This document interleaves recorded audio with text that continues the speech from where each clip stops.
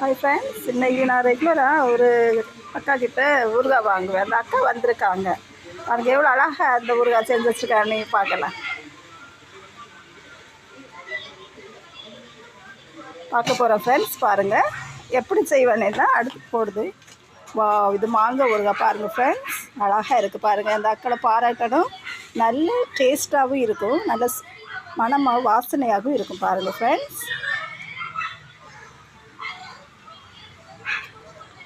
சரியா? இந்த அக்காண்ட தான் நான் ரெகுலராக வாங்குவேன். ஓகே, அடுத்து பாருங்கள் ஃப்ரெண்ட்ஸ்.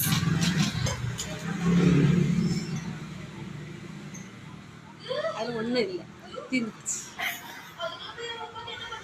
சரி, எலுமிச்சை பழமும் இந்த ஊறுகாவும் கொண்டு வருவாங்க. இன்றைக்கி தீர்ந்துட்டேன். சரியா?